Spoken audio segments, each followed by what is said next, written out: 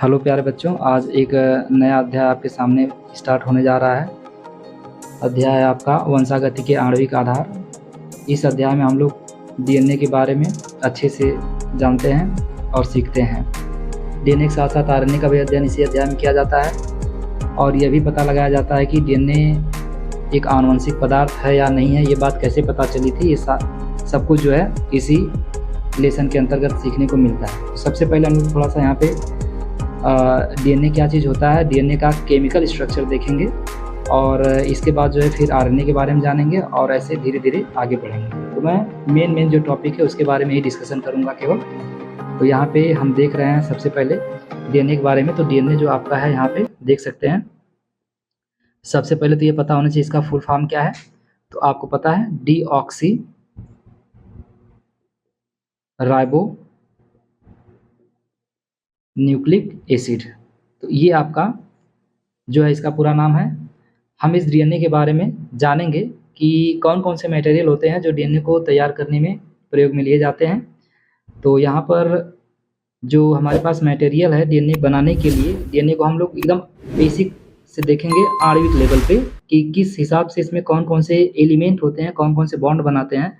Detail जानकारी यहाँ पे हम लोग डीएनए के बारे में देखेंगे। डीएनए की जानकारी यहाँ पे पढ़ लेने से आपको आगे के चैप्टर एक चैप्टर हैं जिसमें जैसे बायोटेक्नोलॉजी है, जिसको जैव प्रौद्योगिकी के नाम से भी जानते हैं। इस लेसन में डीएनए का इंपॉर्टेंस है। आगे डीएनए फिंगरप्रिंटिंग क्या चीज़ होती है ये भी आपको पता चलेगा, लेकिन उसको पढ़ने से पहले जो है डीएनए के बारे में जानना बहुत ज़रूरी होता है कि डीएनए केमिकली रूप से किस प्रकार से बना होता है। तो हम लोग यहाँ पे डीएनए को केमिकली रूप से तैयार करेंगे और देखेंगे कि किस हिसाब से ये चीज़ों को मिला करके धीरे धीरे बन रहा है। तो आइए स्टार्ट करते हैं। तो बेसिकली आपने देखा यहाँ पे डीएनए डीऑक्सीराइबोन्यूक्लिक एसिड। तो इसमें जो 3 कंपाउंड होते हैं जो इसको मिलकर बनाने का, जो 3 यौगिक होते हैं इसको बनाने का वो करते हैं, ठीक, भाग लेते हैं। तो आइए देखते हैं कौन कौन से हैं। पहला अगर हम बात करें यहाँ पे तो हम कहेंगे पेंटोज शर्करा है। कौन सी? पेंटोज शर्करा है। दूसरा हमारा जो पदार्थ है वो है नाइट्रोजनी क्षारक। नाइट्रोजनी है, यहाँ पे ज लिखे हैं, ठीक, नाइट्रोजनी क्षारक। और जो तीसरा है आपका उसको हम लोग फास्फेट समूह के नाम से जानते हैं। किससे? फास्फेट समूह, फास्फेट ग्रुप। ये 3 यौगिक हैं मुख्य रूप से जो मिल करके डीएनए को बनाते हैं। अब चूंकि हमको आणविक लेवल पे देखना है, क्योंकि आप अध्याय देख पा रहे हैं आणविक आधार है, तो आणविक लेवल पे देखना है तो हमको जो है सबका सूत्र, फार्मूला और संरचना बताना पड़ेगा आपको। आइए देखते हैं। सबसे पहले हम लोग इसी के बारे में पढ़ेंगे, क्या है पेंटोज शर्करा। बाकी को हम हटा देते हैं, आप उतारते रहिए वीडियो को रोक रोक करके। तो यहाँ पर हम जो है देख पा रहे हैं, यहाँ से हमने इसको हटा दिया, ठीक। तो हमारे पास पेंटोज शर्करा है। पेंटोज शर्करा के बारे में जान लेते हैं। एक लाइन 5 कार्बन, चलिए हिंदी में लिख दे रहे हैं पूरा, 5 कार्बन की शर्करा होती है, ठीक। कौन सी शर्करा? पेंटोज शर्करा। कितने कार्बन की? 5 कार्बन की। 5 कार्बन की शर्करा होती है, ठीक। तो 5 कार्बन होते हैं पेंटोज शर्करा में। तो आइए देखते हैं कितने प्रकार की होती है। एग्जाम्पल के तौर पे हम देख लेंगे यहाँ पे, ये 2 प्रकार की होती है। सबसे पहला है राइबोज शर्करा, दूसरा है आपके पास है डीऑक्सी राइबोज शर्करा। इधर लिख दे रहे हैं, यहाँ पे जगह कम है तो यहाँ पे लिख दे रहे हैं शर्करा। तो जो पेंटोज शर्करा यहाँ पे कितने प्रकार की है? 2 प्रकार की है। पहली शर्करा कौन सी है? राइबोज शर्करा। दूसरी कौन सी है? डीऑक्सी राइबोज शर्करा, ठीक। तो हम लोग जो है सबसे पहले राइबोज शर्करा के बारे में जानेंगे, इसकी संरचना देखेंगे। इसी संरचना को हम लोग फिर बदल लेंगे किसमें? डीऑक्सी राइबोज शर्करा में।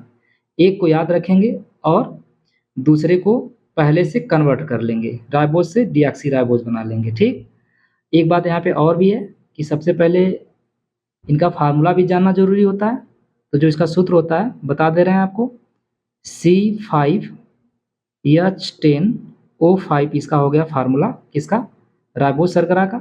और डीऑक्सी राइबोज शर्करा का जो फार्मूला होता है यहाँ से बना लेंगे C5H10O4, ये हो गया डीऑक्सीराइबोस शर्करा का सूत्र। तो यहाँ पे राइबोस शर्करा C5H10O5, डीऑक्सीराइबोस शर्करा C5H10O4। इन दोनों के सूत्र में केवल एक का अंतर है, आप देख पा रहे हैं कार्बन इसमें भी 5 है, इसमें भी 5 है, हाइड्रोजन यहाँ पर भी 10 है और यहाँ पर भी 10 है, ऑक्सीजन यहाँ 5 है, लेकिन यहाँ पे ऑक्सीजन कितनी है, 4 है।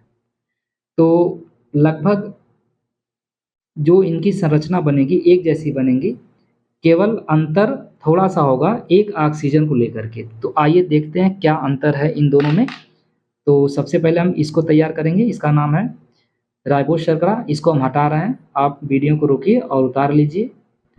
चलिए, उम्मीद करते हैं कि आप उतार लिए हैं, तो हम मिटा दे रहे हैं, यहाँ से हमने हटा दिया। हम इसकी संरचना तैयार करने जा रहे हैं, संरचना को ध्यानपूर्वक समझिए। 5 कार्बन है, 10 हाइड्रोजन है और 5 ऑक्सीजन है। तो सबसे पहले जो इसका संरचना तैयार होता है, ध्यान से देखें आप। ऑक्सीजन हमने एक बना लिया, यहाँ पे हमने एक कार्बन रख लिया, एक कार्बन यहाँ पे रख लिया, एक कार्बन यहाँ पे हो गया, एक यहाँ पे, एक यहाँ पे, 1 2 3 4, एक कार्बन यहाँ, एक रिंग है, इस रिंग से बाहर एक कार्बन होगा, 4 कार्बन इस रिंग में भाग लेंगे। ये देखो, एक गोला जैसा है ना रिंग, ठीक दिख रहा है, ओके। तो यहाँ पर क्या है, ये एक कार्बन, 2 3 4, एक कार्बन बाहर है, तो 5 कार्बन हमने मेंशन कर लिया। और यहाँ पे बचा हुआ कितना, एक ऑक्सीजन ऐड कर लिया, 4 ऑक्सीजन और बचे हुए देखते हैं। इसमें जानने के लिए एक OH ग्रुप होता है, OH समूह। क्या होता है, OH समूह। OH समूह कहाँ कहाँ लगा होता है, तो उसको भी ध्यान में रखिए। पहले कार्बन पे OH लगा होता है, इसके बाद जो है आपका कौन सा नीचे लगता है, दिख नहीं रहा है, तो इसको हम थोड़ा सा हटा के बनाते हैं फिर से। एक बार आप देखेंगे यहाँ दिख नहीं रहा है, तो चलिए एक सेकेंड, थोड़ा सा इसको हम हटा के फिर से बना देते हैं। पेंटोस शर्करा हम फिर से बना दे रहे हैं, यहाँ बना दे रहे हैं साफ। देखिए यहाँ पे एक ऑक्सीजन, एक कार्बन, एक कार्बन, 2 कार्बन, ये पूरा 4 कार्बन हो गया, एक कार्बन रिंग से बाहर हो गई, ठीक, ये बन गया। हमने कहा OH समूह यहाँ पे जोड़ना है हमको, तो OH आइए जोड़ते हैं। देखिए पहले पे OH होता है एक, दूसरे कार्बन पे OH होता है और तीसरे पर भी OH होता है, इसके साथ साथ चौथे को छोड़ करके 5वें पे भी OH होता है। अब जो भी कार्बन की वैलेंसी कितनी होती है, आपको पता है कि 4 होती है, अर्थात यह 4 बंध बनाता है, 1 2 3। यहाँ पे कितनी है, 1 2 3, होना कितना चाहिए, 4। तो जो बैलेंसी बची होती है, जो बंध बचा होता है, उसको हम किससे पूरा करते हैं, हाइड्रोजन से। तो यहाँ पर भी हाइड्रोजन, देखिए 1 2 3 था, एक हमने बना दिया 4, 1 2 3 है, यहाँ पे हमने एक बना दिया 4, यहाँ पर भी 1 2 3 है, यहाँ हमने बना दिया 4। इस कार्बन को चेक करते हैं, यहाँ इधर से एक कार्बन से इधर एक ऑक्सीजन से जुड़ा होगा, तो 1 और 1 2 है, 2 बचा हुआ, तो 2 हाइड्रोजन से पूरा कर देंगे यहाँ पे। ये जो संरचना बन के आई, ये कौन सी है, कौन सी है, डीऑक्सीराइबोस। कौन सी है, सॉरी राइबोस शर्करा, कौन सी, आई एम सॉरी, राइबोस शर्करा है ये, ठीक। तो अब यहाँ से जो है कि राइबोस शर्करा बन गई है। अब राइबोस शर्करा को हम लोग जो है किस में चेंज करेंगे, डीऑक्सीराइबोस शर्करा में। आइए देखते हैं कैसे चेंज करते हैं, इसे उतार लेंगे, आप याद कर लेंगे। चलिए आइए देखते हैं। तो हम लोग यहाँ बनाएंगे कौन सी, राइबोस शर्करा,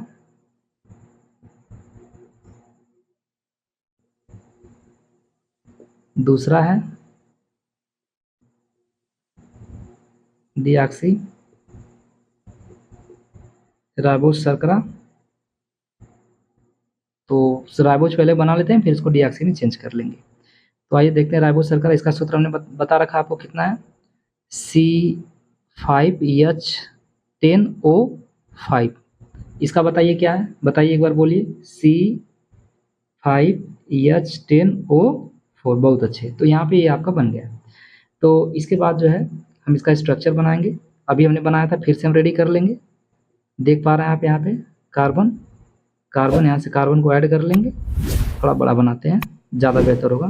ऑक्सीजन हो गया, कार्बन हो गया, कार्बन से यहाँ पे जोड़ लेंगे। यहाँ पे हमने बता रखा है एक कार्बन बाहर, एक OH यहाँ पे होगा, एक OH यहाँ पे होगा, एक OH यहाँ पर, एक यहाँ पर। पहले OH जोड़ लेंगे, 1 2 3 4 हो गया। इसके बाद जो बैलेंसी बच रही है उसको पूरा कर लेंगे, किससे, हाइड्रोजन से। अभी हमने सीखा है आपको हाइड्रोजन से क्या करेंगे, पूरा कर लेंगे तो आपका एक स्ट्रक्चर बनके तैयार हो गया। आप देख पा रहे हैं इसमें हाइड्रोजन अगर गिनेंगे तो आपको 10 मिलेंगे, ऑक्सीजन आप देख रहे हैं इसमें 5 मिल जाएंगे आपको, कार्बन इसमें 5 मिल जाएंगे। ठीक, तो देखो अब यहाँ पे जो है कि हम इसी को कन्वर्ट कर लेंगे डीऑक्सी में। बहुत ध्यान से सावधानीपूर्वक समझने का प्रयास करिएगा। यहाँ पे जो है हम इसका कर देंगे डीऑक्सीकरण। क्या, डीऑक्सीकरण। ये र है, क्या है, र, डीऑक्सीकरण। तो डीऑक्सीकरण का मतलब होता है कि यहाँ से एक ऑक्सीजन को हटाना है। एक ऑक्सीजन कहाँ से हटेगा, देखिए यहाँ पे पोजीशन फिक्स कर दें। पोजीशन फिक्स करना है, देखो ये आपका पहला कार्बन हो गया, ये आपका दूसरा कार्बन हो गया, ये आपका तीसरा, ये चौथा कार्बन और ये पांचवा कार्बन। तो आप देख पा रहे हैं पहला, दूसरा, तीसरा, चौथा और पांचवा कार्बन यहाँ पे दिख रहा होगा। यहाँ से जो है कि हम लोग क्या करेंगे कि एक ऑक्सीजन को यहाँ से हटाने का प्रयास करेंगे। वो भी हटता है कौन से वाले से, 2 डिग्री से। आप देख पा रहे हैं कि यहाँ से मतलब दूसरे कार्बन से एक ऑक्सीजन हट जाएगा।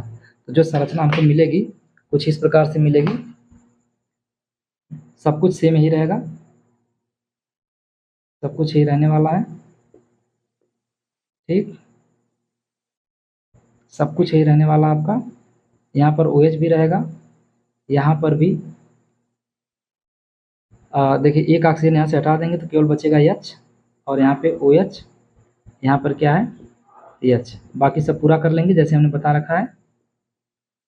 तो आप ये देख पा रहे हैं ये जो संरचना बनी, ये कार्बन है, ये आपका क्या है, कार्बन। ये जो संरचना बनी है, देखिए हमने चेंज कहाँ पे किया, ध्यान से देखिए। OH OH, H C और H, C और H, ऐसे आप देखते हुए जाइए, सब मिलाते हुए इसमें मिलाते हुए जाइए। जब आप सब मिला लेंगे तो देखेंगे सब सेम है, परिवर्तन केवल इस जगह पे है, इस जगह पे है।